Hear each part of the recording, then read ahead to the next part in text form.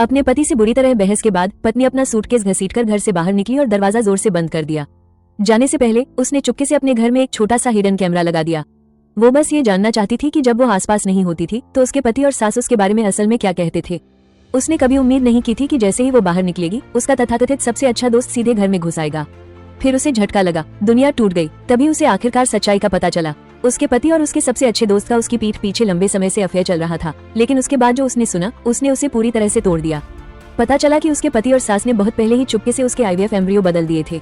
उसके अंदर पल रहा बच्चा कभी उसका नहीं था, वो उसके पति और उस औरत का था। इससे भी बुरी बात ये थी कि उसकी गंभीर बीमारी कभी कोई हादसा नहीं थी। उस दिन प्लान पहले से ही तय था। एक बार जब वो बच्चे को जन्म देगी तो वे दोनों तुरंत शादी कर लेंगे और तब तक वो बहुत बीमार हो जाएगी और चुपचाप मर जाएगी। इस तरह वे बिना किसी नतीजे के खुलेआम साथ रह सकते थे। ये सब सुनकर औरत गुस्से से कांप उठी। उसे लगा कि वो अब टूट चुकी है और उनसे मरते दम तक लड़ना चाहती है। लेकिन अचानक उसके बगल में मौजूद दोस्त घबरा गया। इमोशनल शॉक की वजह से औरत का बहुत खून बह रहा था। इस बीच घर के अंदर सास ने उस चाल चलने वाली औरत का हाथ कसकर पकड़ लिया और कसम खाई कि सगाई के दिन जब बच्चा पैदा होगा तो वो पूरे खानदान को पुश्तैनी हॉल में इकट्ठा करेगी।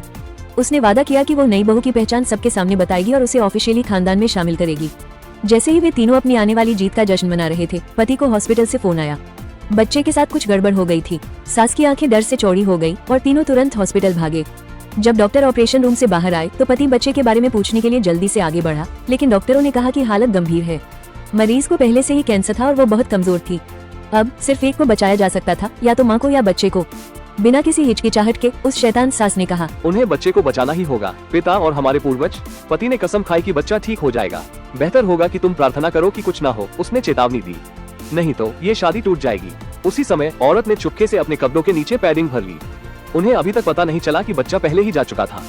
इसके बाद डॉक्टर ने औरत को ऑपरेशन रूम से बाहर निकालने में मदद की।